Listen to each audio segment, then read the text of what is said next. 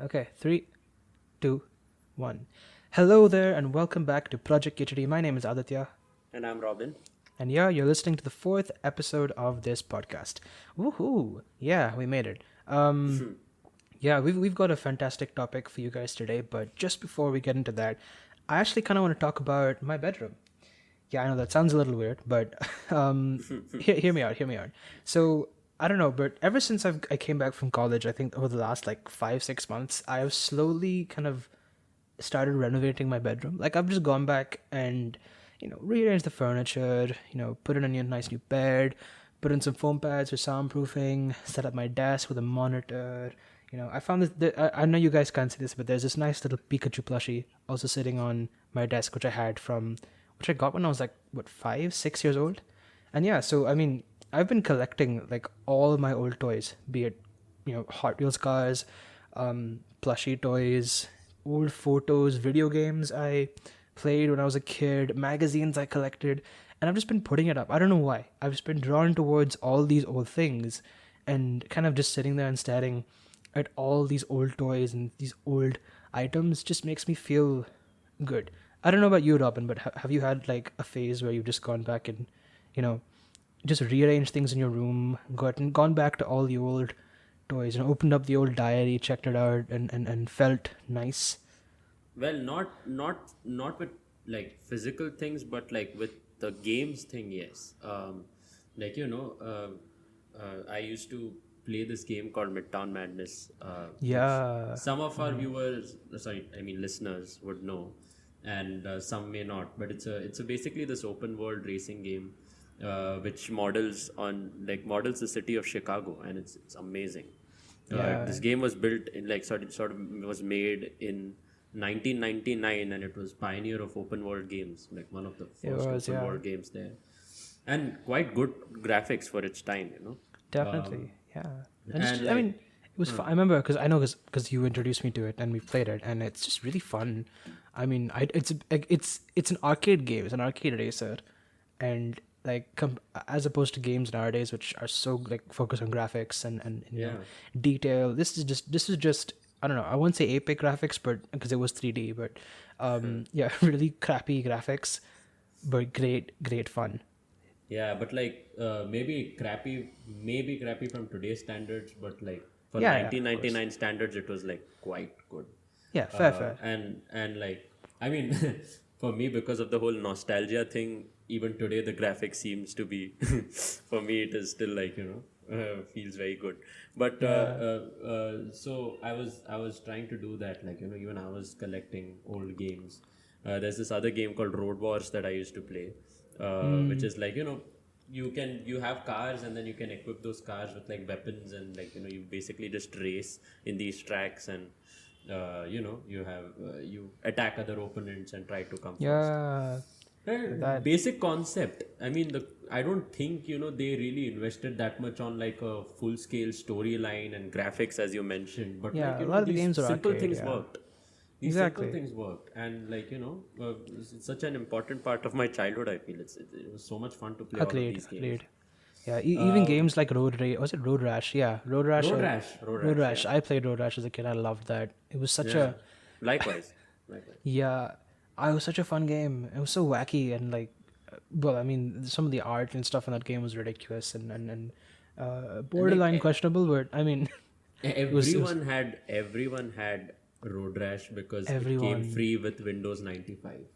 Oh really? From yeah, like the game came installed in Windows 95, if I'm not wrong. And for Ah. us, I mean, we were one of I don't know how it happened, but Midtown Madness came installed with Windows 95. So That's so cool. Yeah, I miss when nowadays I think all the newer Windows versions have just come with what's it, Purple Palace, Solitaire, yeah, Purple Solitaire, Palace, yeah.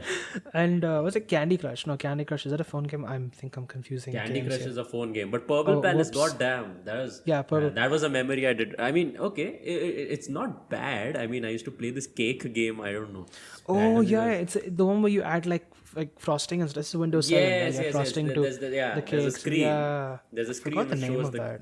I don't know. There was a screen with the cake, and you had to like basically bake the exact same cake. Yeah, yeah, So yeah.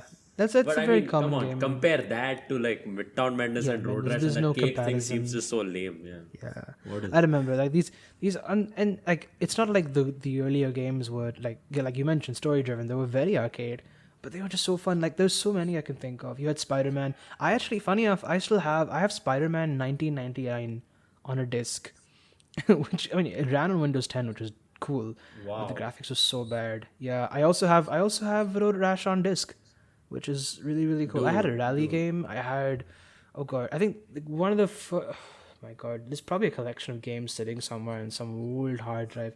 I'll have to find Yeah, it, but yeah. yeah, I mean, like so much. nowadays laptops don't even come with a CD-ROM, but like I Yeah. have this album of CDs, and like then there was this game called Aladdin. I had Aladdin. I don't know, random Oh 2D yeah, Aladdin Aladdin. game. Simba, but Lion King. Sorry, what am I saying? Simba, Lion King. I had Lion King also. Yeah. Two 2D. But now my laptop cannot run any of these games. Dude, Audacity roasts it, man. Yeah, You your get laptop situation is yeah, even mine man. is. I'm running Mac OS now, and then I don't know. Yeah, I so you for different reasons, compatibility issues and all that. Yeah, compatibility issues. I mean, I chose this laptop for media creation, but I mean, I do miss gaming. Oh well. I guess you're probably wondering why we're rambling on about video games when this is clearly an episode on something Well, in that's music. what we do, right? I mean, that's kind of. Kind of, yeah, it's But well, it's not as khichdi and as random as it might seem because there is actually a segue to this. yeah, and that segue is actually a common a common thread between what we're talking about now, renovating our bedrooms, our childhood, and the topic of today's podcast, which is synthwave and vaporwave.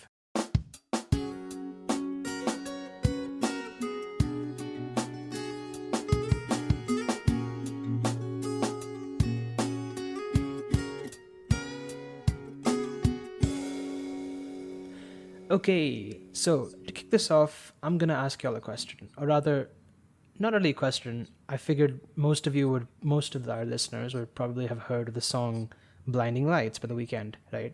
Very popular song, came out in 2020, middle of the pandemic, and it was an Still is instant played. hit. Still is Is played. still To this yeah. day. Yeah. To this day, it's a fantastic song. I mean, see, the two of us aren't huge pop music fans, but I mean, both of us can agree that was a good song, and Yeah. occasionally we find gems like this, and there's a particular reason why "Blinding Lights" by The Weeknd is so popular. And one, obviously, because The Weeknd is a great singer, but I think it's also because there's this weird nostalgic value that comes from the song that is it's a bit vague to explain, but and that's what we're going to talk about. But it's just there, and it's really. I mean, it hits a sweet spot. You know what I Yep. mean? Yep. So yeah, Eargasms, as they say. I mean, I don't know. eargasms, This is like I don't know. I think this genre has vaporwave as a genre has a lot of that, and like it was a very creative choice by The Weeknd to like add vaporwave elements in his track.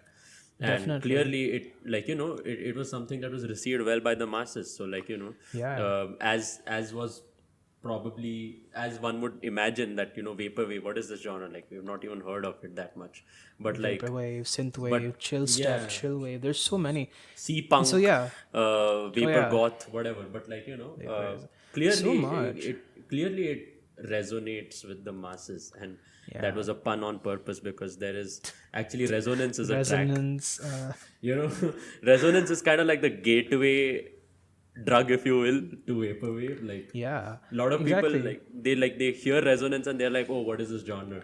In the same way that Close Eyes is a gateway for funk, you can probably say that Resonance is a The song. gateway for Resonance by Home. So you all should check it. Actually, Yeah, yeah. yeah.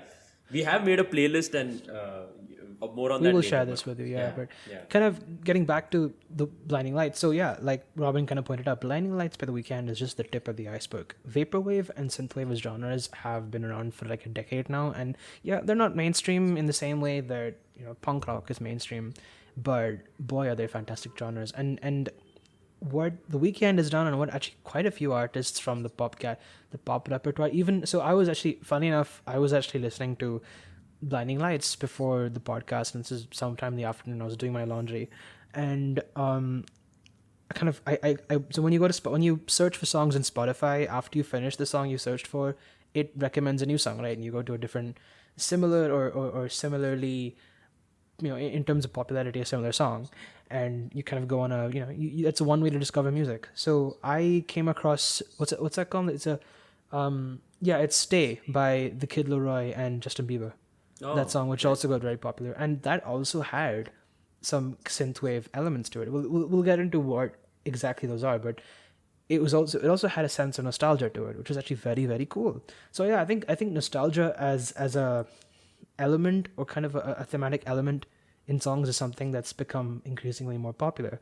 And we thought it would be a good idea. I mean, so many people listen to The Weeknd, so many people listen to Justin Bieber, but I don't think as many people will know about kind of where those artists get their influence from.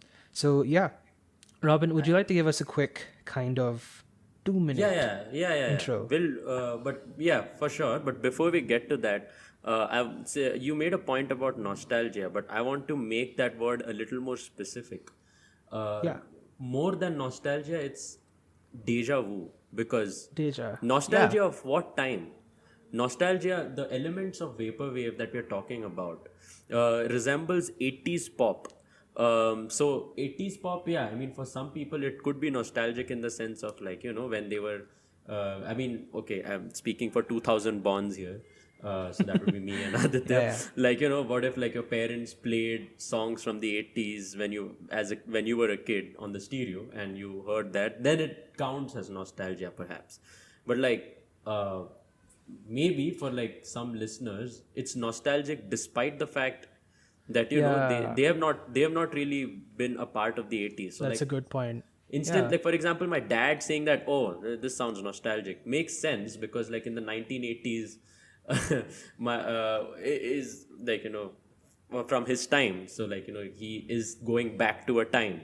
Whereas for us, those sounds belong to a time when we did not exist, but yet it instills a feeling of nostalgia. Nostalgia, exactly. It's really, really odd, considering, especially, like, I mean, kids who are our age and younger than us are relating to these songs. So it's more like deja vu, right? Like, have I been here before? But like, you haven't. You haven't, yeah, exactly. I think that's a key theme. So kind of on that note, Robin, would you like to kind of, so when you mentioned 80s pop, would you like to talk a bit about what synthwave is, and where on earth where did it originate from?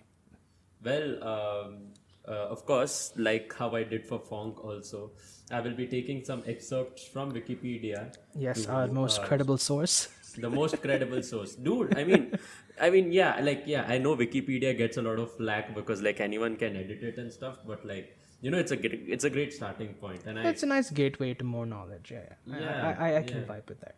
But let's go for it.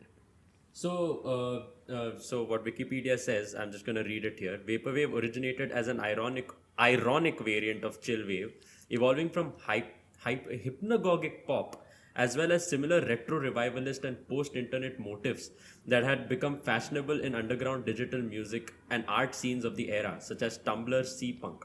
So, okay, a lot of jargon there. A lot of jargon there, dude. I didn't dude. Wiki is not supposed to give you jargon, bro. Like, what is this? But okay. Anyway, but the point is, okay, I'm sorry for that, folks. I mean, I genuinely do not expect that the first few lines. You can take that with a pinch of salt. Yeah, take that with a pinch of salt. I'm sorry for vomiting jargon on you guys. But the point is that, like, this track, from what I have read before, this genre came about in the year 2010, which is kind of like, again, coming back to that deja vu point. 2010 is not 1980, but like the sounds are from 1980s, but it is electronically reproduced in 2010. So what's happening here? There were these sites, like there are still these sites, but these sites were very active back in 2010, like 4chan, Tumblr. Reddit is still active, but like, but like in 2010, probably it had even more traction that way. And, there were these, it had kind of become like a trend to either chop up samples from iconic 1980 tracks of 1980s, like Toto by Africa by Toto. Sorry, my bad. I know, even I get this confused. I think it's Africa by Toto. Yeah, no, yeah, it has to be. Yeah. So like you'll take chopped up samples and like you'll make an electronic beat out of it or something. It's kind of cool in the way that like you are like using modern tools to recreate sounds of the 80s. So it's not like you're using the same instruments that were used by artists of the 1980s. You're using software, there are like full scale producers who are using software of like today, modern software, and yet are able to like sort of produce tracks that sound like the 1980s with like a bit of an electronic mix. It's kind of, again, I'm sorry for like keep sorry that I keep going back to funk, but in some senses it's kind of similar in that way, as to how funk Oh kind yeah, of that tried to is recreate Memphis yeah, rap, right? that is a good comparison because yeah, as we discussed in the first episode, funk music is kind of an adaptation from Memphis rap, which kind of actually did sample, or did represent gang culture of the time, and then funk music kind of not emulates it, but it does sort of take from that and Yeah. tries to, in some sense, it is there is a tinge of deja vu nostalgia ish, not completely in the same sense we have it here with vaporwave, but it's there. Yeah, that makes sense as a comparison. But that being said, it is, if you all notice the word ironic, it's kind of like satire, and I like when I read that first, I genuinely did not understand, and I'm gonna be honest with you guys, I still don't, because like that's not how I was introduced to vaporwave. I just Yeah, came across this track, as I mentioned before. Resonance was the gateway track for me as well. I was just like, God damn, this track sounds different from all of the other tracks that I've come across.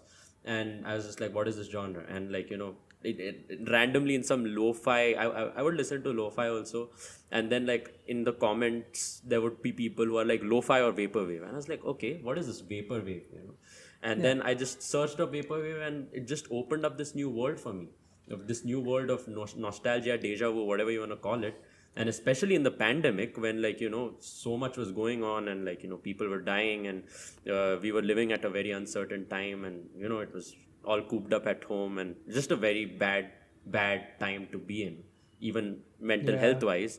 Vaporwave would just take me to another world, and I loved that. I absolutely loved that. And yeah, I guess that's when like the Aditya would know how obsessed I was with very, vaporwave very. during In the fact, pandemic. yeah, I feel like some of that obsession also passed over to me, but I'm Yeah. glad for it. Yeah, no, but since you mentioned the satire aspect, I can. So even I was kind of shocked or kind of taken aback when I heard this is satirical. What? Even I loved it. I loved listening, even from and again, we're gonna get into soundscapes in a bit, but I was just kind of I was blown away by the kind of sounds that artists use in synthwave because it's so ambient, it's so beautiful sounding, and to find out that this is actually all just, well, not necessarily a joke but done for satire, for the irony, was really kind of, ooh, I was curious about it, so I did a bit of digging and a bit of reading, and it turns out that the reason people say it's satirical is that it's kind of a joke on a joke on capitalism, I guess, and it's sort of using it's kind of see the music with vaporwave. You get a lot of music that is very repetitive, very monotonous, right? And it's very, very synthesized, very electronic, and it's like Roman mentioned, it samples bits of audio from other songs and then kind of chops it up and puts it into other music, right? So given that you're doing this, it's kind of essentially remixing, right? So because it's remixing, it's kind of talks about how the same content or the same stuff is just repackaged in different formats, I guess. Some Ah. kind of there's a whole section on how it's kind of based it's supposedly based on Marxist theory, but that's a whole rabbit hole. Whoa, what? Yeah, Whoa. that's a rabbit Getting hole. into sociology here, dude. Yeah, but like, oh, so is the satire that the audience, like, are the audience being fooled, like in some essentially sense? that's the idea. Like you remix content so much that like consumers don't realize that they're being sold the Yeah, same no, garbage again and it's kind again. of weird, because like this kind of, okay, little bit of a tangent here also, which is like, yeah, I don't know if I mean, I guess we have talked about, again, we are going back to the funk podcast, funk episode so much. It's But like okay. we remember we talked about the sigma male trillionaire set, grind set Grind something. set. Okay, yeah. Yeah, you remember how it was an ironic meme, but like, people started then posting Sigma male things unironically as well, because Yeah, they I kind guess of. that's what it is in So some sense. The probably same. that's how vaporwave must have started as well. But like later on, like people just like started Yeah, liking it it became, unironically. yeah.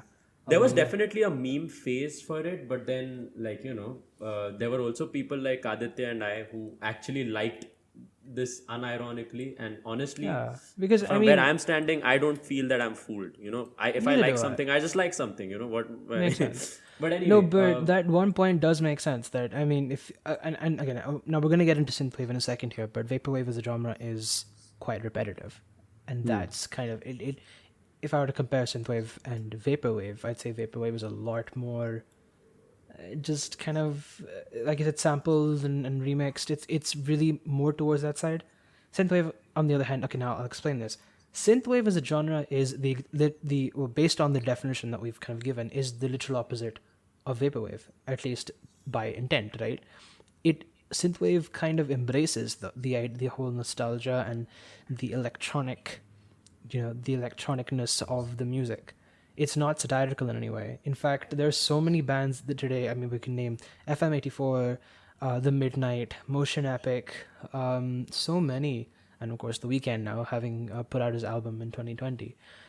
So many artists have dabbled into synthwave and have done a really good job of capturing, like you mentioned, this 1980s nostalgia, where that half the audience, has never like lived through, which is really interesting.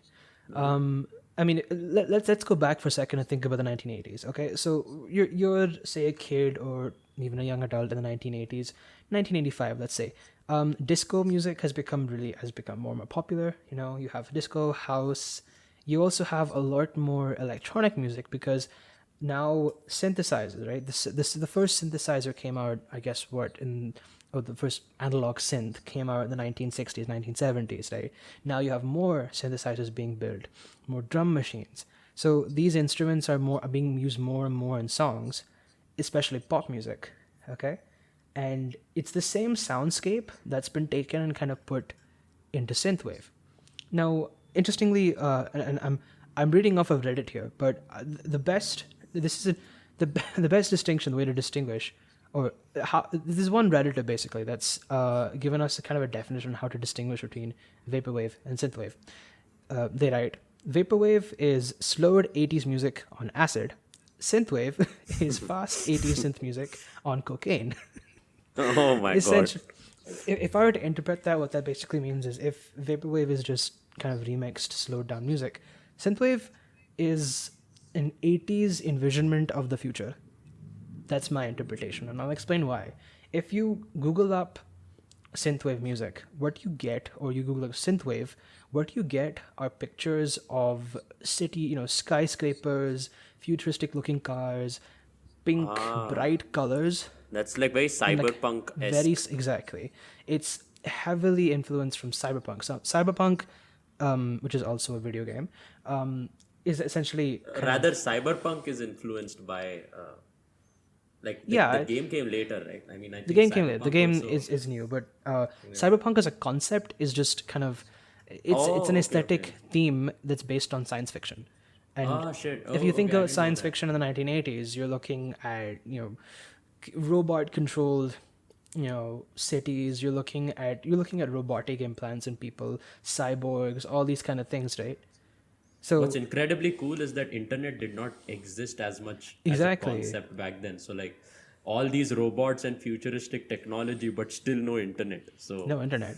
So obviously the future turned out very, very different. But in the 1980s, I mean, it's pretty clear from pop culture as well. You have films like Back to the Future. You had Miami Vice, which all kind of, in some way or the other, kind of... Even an anime, if you all are interested, Ghost in the Shell. Yeah, an anime. Oh, yes, Ghost in the Shell. And like, if you want to read books, then there's this book called Neuromancer by Will Gibson, I think. Exactly, and all of it's very futuristic. Yeah, all of it's very futuristic in its sort of approach, right? I think that aesthetic, that kind of perfect future, so to say, isn't captured in synthwave music. Why or how? Because all the music for the most part, is all written with electronic instruments, synthesizers, drum machines, right? And there's a whole load of ambience that creates that sense of nostalgia. So, yeah, it's a very. I mean, the theme of synthwave is very kind of romanticized, but at the same time, it's that romanticism that creates the nostalgia that everybody loves. And so many people can relate to it because the music is very simple. That's what I think. It's very simple music. The soundscape is very ambient. And yeah, it just has a very calming effect. So yeah, And I like mean, even when you talked about how repetitive some tracks get, like this track was, I mean, vaporwave, at least if I'm not wrong, started as a meme. And like the repetitiveness, like you would probably hear some of the repetitiveness even in resonance. It's like it's very repetitive, like the same thing is playing in some ways with like some elements being added a little later, but like still it's kind of same thing being played on a loop. And like if you search up on YouTube, you literally find resonance playing for 10 hours, resonance playing for these many hours, you can like literally, it's instrumental. And like in fact, the very first time I heard resonance was again in a meme video. Like yeah. there's this Hindi meme compilations. I don't know which, I forgot the name of the YouTube artist, but like his intro has resonance in Oh it. man, really? Yeah, and that's like I was like, I gotta listen to this. Like, what is this track? And like then I guess someone like I guess someone Shazammed it, and then I came to know about this track, and I just got addicted to it. Yeah. But like so and then now resonance is just like there are thousands of covers, I think, available of this particular track. Yeah, You and have rappers like Eminem's "Lose Yourself" or Childish Gambino's this one track by Childish Gambino. I forgot which one. Actually, two tracks by Childish Gambino, where basically what they do is they isolate the rap and they just add resonance there.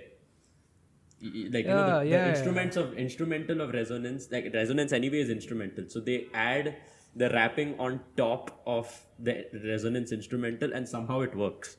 It just so like it's kind of like resonance is able to mold itself in some way. It I just think that's a cool fits. idea. Yeah, Yeah. I mean, because we have so much technology nowadays to be able to sample this kind of music and then add to it. I think that, like, again, we mentioned with funk music, even with synthwave and so many other genres, you're able to take stuff from the past and then flip it to make it more, I guess, modern sounding or more contemporary, more interesting. And yeah, I think it's just become this kind of general trend. I mean, since I'm a producer, I look at a lot of production related stuff on Reddit, and one of the subreddits I'm on is actually r/synthesizers. A lot of people are now going back to these iconic 80s sounds, right? And be it like the drum machines or the analog synths that were used in pop songs. For example, some of you might have heard the song Axel F, more popularly in the song by there's that animated character Crazy Frog, right? It's more popular from Crazy Frog, but it's also by an artist from the 80s, right? You think of Miami Vice also has a lot of these iconic these sounds, and they've just been used throughout the 80s, and it's just synonymous with music from the 80s. A lot of people are going back because there's just now a vintage value to all of this. Synthesizers that may have been a couple of $100, you know, in the 1980s are now selling for thousands and thousands because they're Actually, I rare. think they actually this thing of collecting, it even gained traction in the pandemic, where like people started buying Yeah, vinyl records instead of vinyls. Yeah, uh, you they buy started all getting these. those vinyl players, where you can put the CD, and that, what is that thing called, like you put that on the CD and then the CD starts rotating. Uh, Record player, right? yeah. So people start buying that, and like Yeah, it's quite interesting. And like even nowadays on YouTube, you will find uh, take any of your favorite, like take any of your pop artists, like favorite pop artists, Katy Perry, Taylor Swift. You'll just find random tracks taken, and that is like recreated. Justin Bieber too. recreated in vaporwave style. I mean, Aditya, you remember "Baby" by Justin Bieber? Yeah, there's made an with 80s version of the 80s song, version which of I think is 100 times better than the original that came out in 2010. yeah. I don't know what it is. I really don't. It's just there's so much more instrumentation. You have, the guitars. You have again the 80s, that iconic 80s drum sound, which we will get into in a bit. And then of course, you have saxophones. It's so much more dramatic and emotional. I think that's what it is. Like a lot of 80s music was very emotional, right? And not maybe not a lot, but at least the kind of music I've heard at least. And I think that really does do a good job of turning something. Okay, I know there are a lot of Justin Bieber fans out there, but personally, I'm not a very big fan of his music. Neither am I, but Yeah, like that's and okay. and so I mean, it can take something as so mainstream generic pop sounding as "Baby" by Justin Bieber, and then make it so much more emotional, which I think is really cool. Actually, yeah. I want to give a shout out to the people that we're talking about here. The YouTube artist is called Tronic Box. You all should check them out. I mean, they have some Yeah, cool stuff. and have a look at the There's comment section as 80s well. remix. Oh yes, yes. We're Have not a look gonna at the we're comics. not we're not gonna tell anything. You just take a look and have fun. Go That's all. listen to the 80s. You'll know which video it is. You'll see a picture of Justin Bieber with like long With the hair, saxophone. the saxophone in his hand. Click on that video, listen to the song, and while you're listening to the song, just read the comment section. Oh, it was hilarious.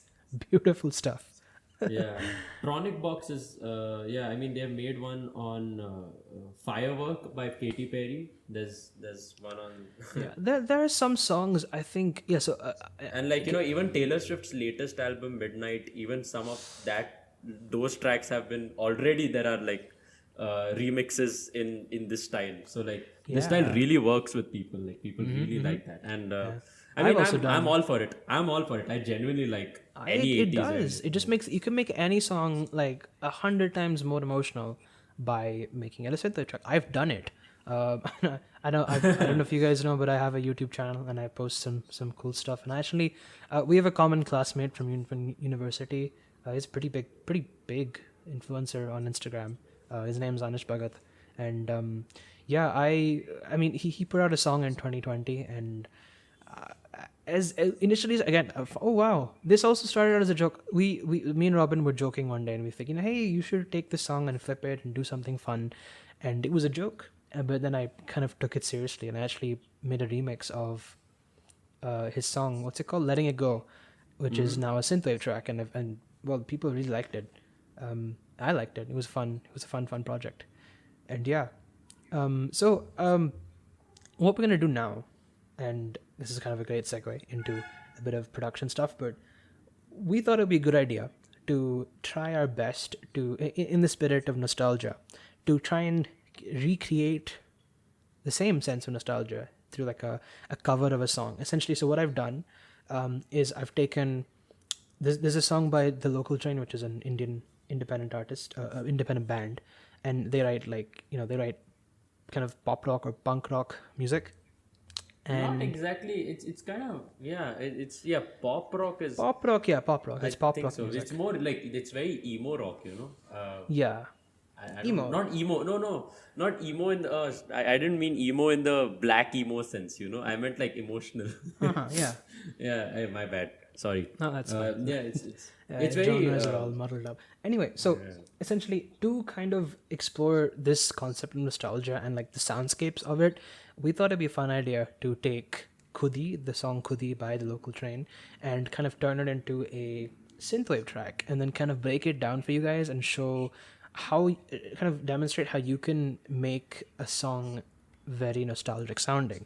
So what I'm going to do is, we have the entire project open. I'm going to play the entire project out, and then I'm going to break down each of the tracks and then talk about how I made them. So you get a sense of, if you're an amateur producer listening to this, or even if you're just a music listener and you want to know how synthwave is put together, well, yeah, now's your chance. Just to be clear, even though he uses the word "we," I have nothing to do with the making of this track. You were there for moral support. Yeah. You gave that's many. Pretty much. Yeah, that's pretty much what you I've gave done. inputs, feedback. I value your opinion, Robin. You know that. Oh, so sweet. But and also shout out to Tejaswini, who has added vocals. She's Yes, my classmate from my current college, and she has added phenomenal vocals to this track. And like, it's so we approached I her mean, for I some. got pre-access and I heard it before already, so I really like it. No, but you haven't heard. I've also, so when I say I've done like a lot of, like, when I made this track, I've done everything. I've done everything from the synthesizers to the drums and of course the vocal. Oh yeah, editing. you So spiced up the drums or something, right? yeah, and I'm Robin not, hasn't I'm heard not the drums yet, so this is, you're gonna be, hearing this for the first time along with the listeners. Okay, Yeah. okay, So anyway, here is my synthwave rendition of Khudi by The Local Train. Enjoy.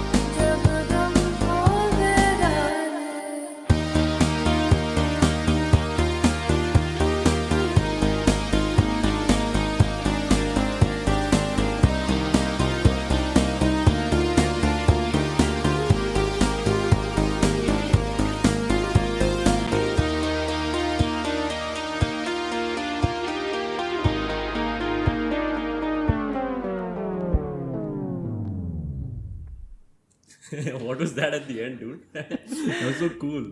Yeah, that's a tape stop that I've added. It's called a tape stop. Yeah, it's got a. I'll explain. That's a cool little effect I've added at the end there. But yeah, so that's Dude, that was essentially. absolutely phenomenal. Personally, Thank you very much. I had a the lot of fun. instrumentals, even Tejaswini's vocals, absolutely phenomenal. Yeah, But it yeah, was let's get to the breakdown. So I don't know about you, but listening to this, I felt a sense of nostalgia, and I think it comes from each and every element of this track. Kind of, the sum of what do I say? The whole is greater than the sum of its parts, and we're gonna get into exactly what I've done here. So Although here, interesting note, it's not deja vu for us technically speaking, because we have attended a local train concert.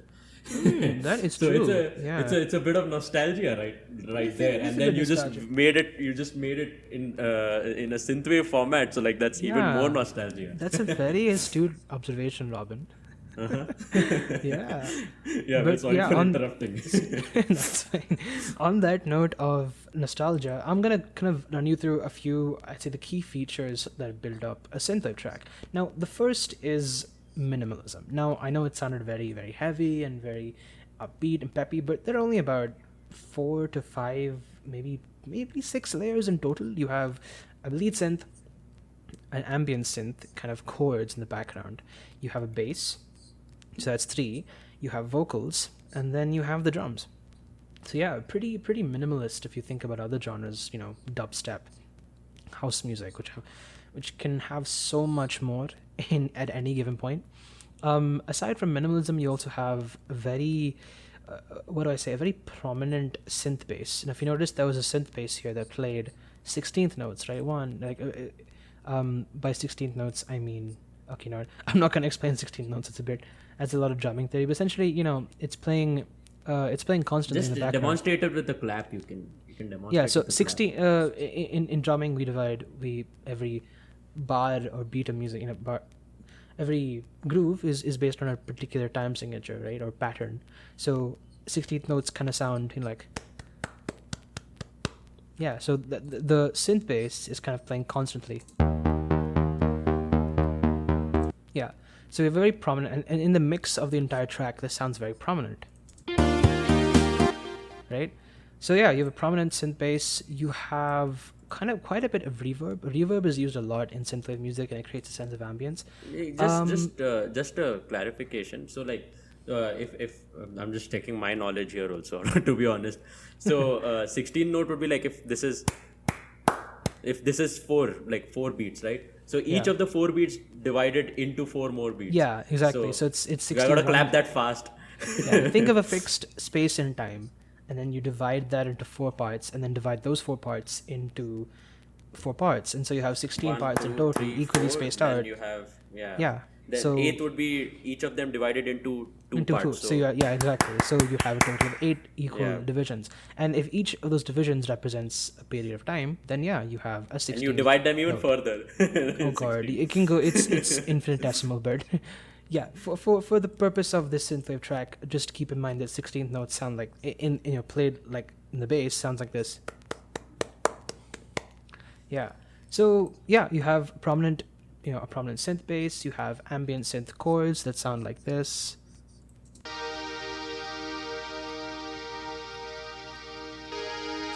And then you also have, I don't know if you noticed, but there's also a very ambient sounding lead guitar, which I actually played on my electric and then recorded into this and added some effects. We'll go into that in a sec, but it sounds like this.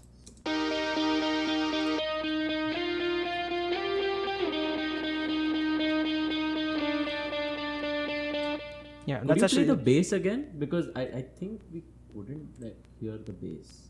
I don't know why. No, just the bass. Just the bass, is it? Yeah. There. Okay. Yeah. So this is 16. This 16th is notes. 16. Yeah. Is this 8th or 16th note? 16th notes. 16th notes. Okay. Yeah. Fine. All the drummers can break out their knowledge and analyze this, but yeah. So those are the key elements. You have minimalism. You have a very prominent sounding synth bass. You have ambient synth chords. You have a very prominent lead tone, which is this one, which is actually is based off the intro of the original song Khichdi. Oh, sorry, I played this. Yeah, you have the bass, the ambient chords. Sorry. And you have the lead guitars. And then finally, the drums as well on top.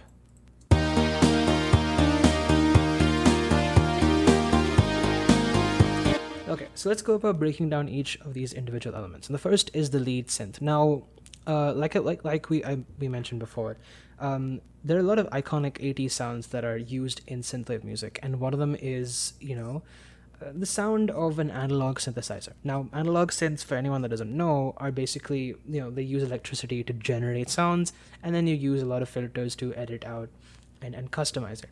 Now, what I'm using is a digital synthesizer. Basically, it's an emulator. In the same way you can get emulators for video game consoles like the Nintendo Wii or the Xbox 360, you can also emulate sounds on a synthesizer. And this digital synth basically has taken samples of an analog synth and then, as best as possible, try to make it sound, like an analog synth. And now this is basically just to be clear, could you explain what a sample is? A sample is what it is. It's just a snippet of sound from, say, a synthesizer, a drum patch, virtually any instrument. So the Even your voice. the sample, yeah, right. So the sample that you have in these in these electronic emulators, are they taken from actual analog synths? Are they sampled off of actual analog synths? Yep, in some sense, or at least to some degree. So you'll have a lot of companies that make synthesizers. Yamaha is one of them, Korg, Moog, Behringer. So many companies make them, and those sounds are recorded, and it's the way. Okay, this is a whole thing. It's actually a lot of technical. It's a lot of about sound design. It's just a lot of sound design know-how. But essentially, there's something called the sample rate, and the higher the sample rate, the more the recording quality. So you're essentially what synths like this do is they take micro samples, right, at a very, very fast rate, and then that kind of tricks our ears into thinking that this sounds just like the original, whereas actually it's not. It's just samples, random samples, or not random, but very a large number of samples of a particular sound put together to make something our ears perceive as which is actually very cool. But yeah, so what I've done here is I've taken an emulator, a digital synthesizer, and I've written a nice melody, a very simple one that's very catchy, and I've layered it. So I have actually, it sounds like one sound, doesn't it, Robin? But actually, this is 4 different individual sounds put together to make a very thick sounding synth. Oh. Yeah. So like what I just heard are 4 different synths layered on top of each other, but they're playing the exact same note. Yeah, so if I take that's off, why it's so meaty, right? That's why so exactly, that's why it's so thick sounding. If I take off the sounds one by one, if I just play one of these sounds, you'll only hear. It still sounds pretty nice, but if I add back each layer one by one, you can start to hear. So this is the one sound. Add the second one. Thicker. Third one. Yeah. Oh yes.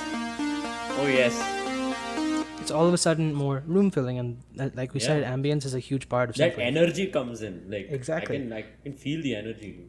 Yeah. Now, as I mentioned, reverb is a big part of synthwave, but so is delay. Adding a delay effect, as you could hear in this sound. That delay effect also creates a sense of ambience, right? Which makes it really nice sounding. If I take it off, it sounds kind of dry. Oh yeah. Yeah, which is it's nice, but no, I think I prefer Yeah. I think I prefer the. I didn't know delay. delay could make such a difference, dude. It really can, and a lot of artists, especially even I've used it on the guitars as well. I think it just makes everything fit better in the mix, I guess. But yeah, that's so. It's just a synth with a delay on it. Now I've used the same synth sound, to make an ambient chord progression. So.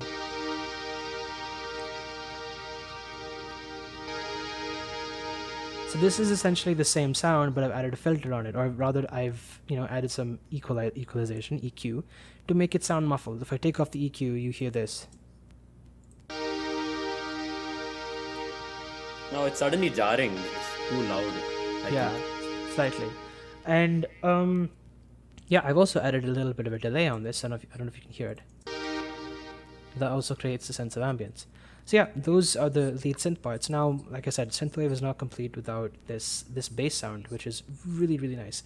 Now, like I mentioned, analog synths were really popular in the 1980s, and a very notable sound is the sound of a Moog synth bass, right? Or a synth bass in general, which sounds kind of like this. And it's the same concept. You take 4 individual sounds, you layer them, and then you get something like this.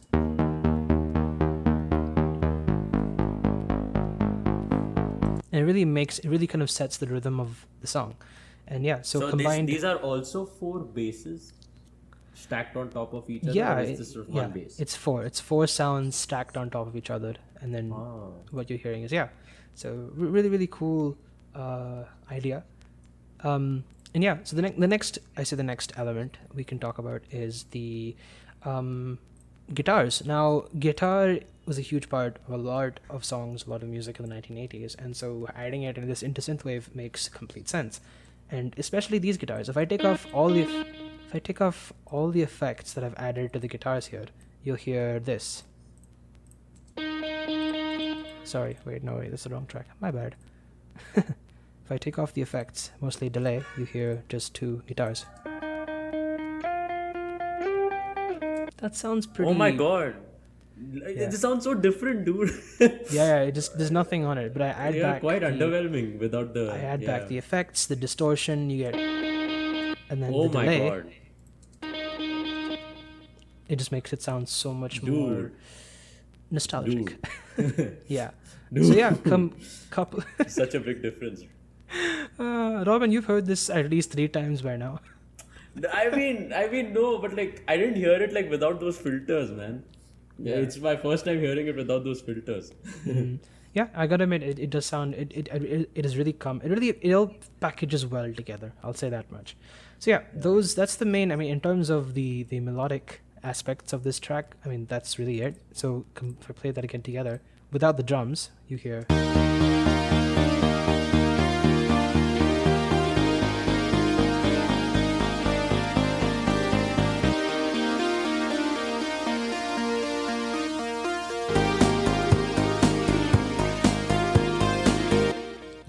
The next part I think that we can talk about is actually the vocals. Now for this, a common production technique for when you're mixing vocals is to have multiple takes of the same vocal kind of layered on top of each other. I've done the same thing, and I have Just like with the instruments, you layered three sounds. synths. Again, makes it Yeah. thicker. And I Yeah. also used a technique called panning. Now, panning is essentially you pan to the left side or right side of your speaker set. Right? Typically, songs are produced in stereo. So here is the lead or the center vocal. So like with the earphone, it would.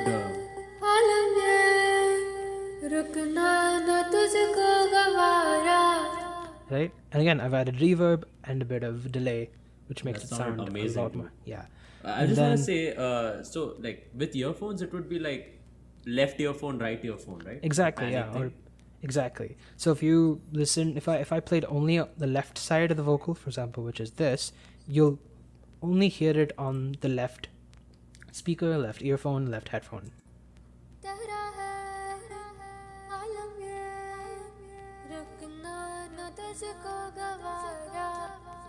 Yeah, and the same thing if I played on the right side.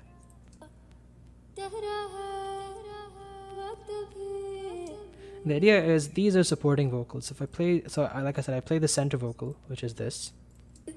If I add the supporting, the background vocals, you get basically a more thicker sound.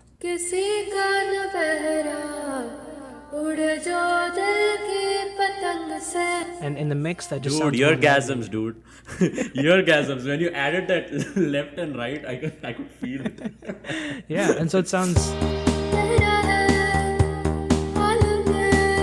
Yeah, right. So that's a vocal, and aside from that, I think moving on to the key attraction, in my opinion, which is the drums. Now, in the 1980s, the drum machine became very popular, and there was this particular drum machine that was, I think, used by a lot of artists. Madonna, the artist who wrote Axel F. You had any disco, pop, rock track, not rock, but disco, pop, electronic track would have this sound. And the synthesizer or the drum machine is called a Lin drum, and so the drum sample that was used in that synthesizer is called the Lin. So you have a Lin kick, a Lin snare, and essentially what I've done is I've tried to, so these sounds are actually just drum kits, right? They're drum kits taken and recorded and then sampled into these drum machines, which play you back a beat.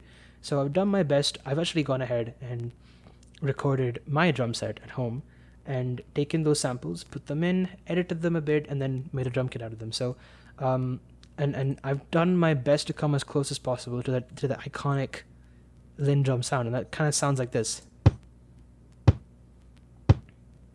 That's the kick, and then if I play the snares, you hear this.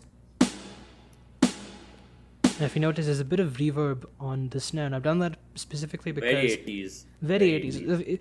When I say very 80s, I mean, imagine yourself... Okay, it's 1986, you're at your prom or you're at some party, and they're playing disco music, and the room you're in is not acoustically treated, right? There's no treatment to the room, so you're going to hear some echo, you're going to hear some reverb. So that's kind of what that is, and it just makes it more airy. So that's the snare sound, and then you have a hi-hat as well running in the background. Also playing 16th notes. Now, interestingly, this all sounds like one drum kit, like one drum sound, doesn't it, Robin? One drum sound, does it? As in, the kick sounds like one sound, the snare sounds like one sound, correct? Yeah. But yeah. no, I've also used layering here. Of course. What is this? It's a sound trick. Everything thick. Yeah. Oh god. But yeah, essentially the kick drum is actually three individual kick sounds put together, and it sounds, very thick sounding. So you have a bass layer. Sorry if I turn off you have a bass layer, which is very, very quiet and kind of fills in the low end or the bass frequencies. You have a mid frequency kick sound. It's flatter sounding, but kind of in the middle of it, and then a treble sound. If you compare, if I add them one by one, you'll see what the effect has. So, 1, 2, 3. Okay. Punchy, very punchy. Very punchy. So this is how drums are constructed, and it's also, I mean, it was probably also done for the Lin drum sound, the original sound that was made, and it's very thick sounding, very punchy sounding kick, right? I've done the same thing for the snare drum. I've recorded 3, essentially taking my microphone. Okay, the microphone I'm actually using to record this podcast, the same microphone I used to record these drum sounds, right? And you can record drums with virtually any microphone. It everything will give you a unique sound, and it'll just sound fantastic. So what I've done is I've basically placed the microphone at different parts. So this particular sound is recorded just on top of my snare drum when I hit it. This sound was recorded, it's very quiet sounding, but it was recorded with the mic placed slightly far away from the kit. And then this last sound is recorded with the mic over the drum, except I've cranked up the snareness of the snare, essentially, and you get. So again, if I add them together, you get this.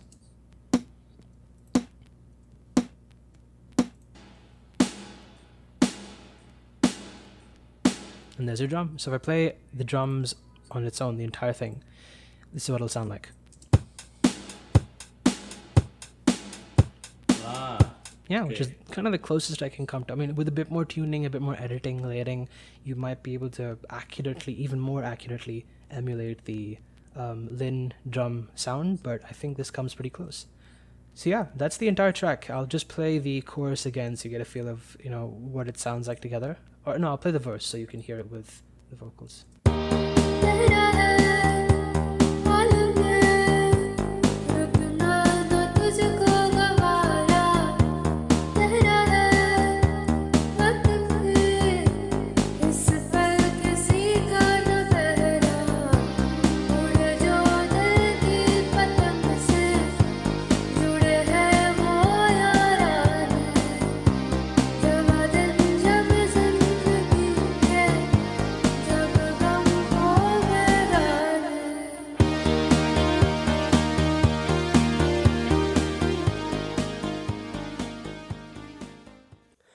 Thanks so much for tuning in to episode 4 of Project Khichdi. As you can see, I'm currently the only one giving you the outro to this episode. Unfortunately, kind of towards the end of our recording session, we lost some of the audio, so we couldn't, put that last ending snippet into the final cut. Although we wanted to announce 1 or 2 things that we did speak about in that lost recording. Firstly, for this episode, we actually did make a playlist, which is essentially designed to give all of you guys a sense of what soundscapes, aside from what we've already talked about in the podcast, kind of is included in a vaporwave or a synthwave track.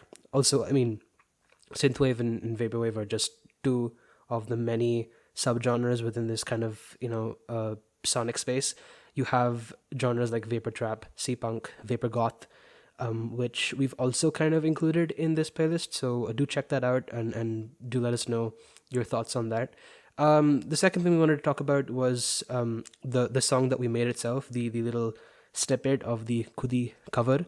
I am planning for this to be a full-scale cover, which I'll post online at some point. So if you are interested to know more about that, do follow me on Instagram at @justcan'tcreate, so you get kind of updates on that. Hopefully we'll be done with that project, by the start of the new year.